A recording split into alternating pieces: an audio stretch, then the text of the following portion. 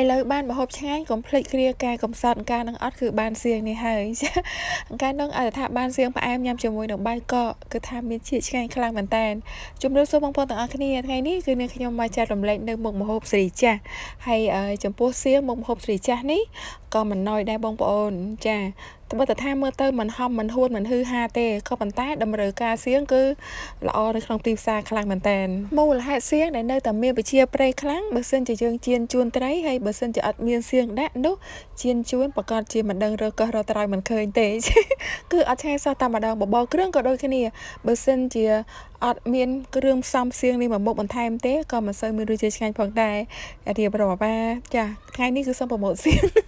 អូខេឥឡូវនេះក៏នាងខ្ញុំចាប់ផ្ដើមឆាសៀងដើម្បីយកមកត្រាំជាមួយនឹងខ្ញីខ្ចី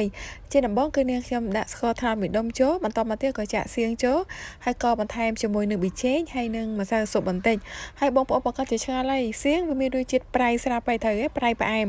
ក៏ប៉ុន្តែបើសិនជាយើងយកមកត្រាំជាមួយនឹងបន្លែដែលមានជាតិទឹកច្រើនក៏យើងត្រូវតែបន្ថែមគ្រឿងផ្សំរសជាតិបន្តិចបន្តួចបើមិនអញ្ចឹងទេពេលដែលបន្លែចូលទឹកចេញអស់រសជាតិខ្ញីដែលត្រាំជាមួយនឹងសៀងក៏មិនសូវមានរសជាតិឆ្ងាញ់ផងដែរឥឡូវនេះបន្ទាប់ពីនាងខ្ញុំរំងាស់សៀងបានរីងទឹកបន្តិចហើយនោះក៏យកសៀងចាស់យកមកចាក់ចូលទៅក្នុងចានខ្ញីទាំងក្តៅតែម្ដងបន្ទាប់ពីចាក់សៀងចូលទៅក្នុងចានខ្ញីរួចរាល់ហើយនោះគឺច្របល់ឲ្យបានសព្វហើយផ្អាប់ទុករយៈពេល2ម៉ោងគឺអាចញ៉ាំបានហើយ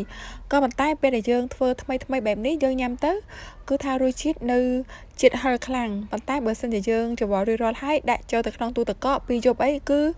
បាត់បង់ជាតិហឹរខ្លាំងតែម្ដងគឺយើងអាចញ៉ាំកាន់តែឆ្ងាញ់អញ្ចឹងណាបងប្អូនទាំងអស់គ្នាគឺងាយមែនតើរបៀបធ្វើហើយចំពោះបន្ទះខ្ញីបងប្អូនចូលចិត្តស្ដើងឬក្រាស់គឺធ្វើទៅតាមចំណង់ចំណូលចិត្តឥឡូវនេះវីដេអូបង្ហាញរបស់នាងខ្ញុំក៏បានដល់ទីបញ្ចប់ហើយនាងខ្ញុំក៏សូមអរគុណបងប្អូនដែលបានតាមដានខ្សែវីដេអូមួយនេះពីដើមដល់ចប់ជាមួយនឹងនាងខ្ញុំបើសិនបើជាបងប្អូនពេញចិត្តការបង្ហាញរបស់នាងខ្ញុំសូមបងប្អូនជួយ Follow Like ហើយនិង Share ចែករំលែកដើម្បីទទួលបានវីដេអូថ្មីៗរបស់នាងខ្ញុំចាអរគុណច្រើនជម្រាប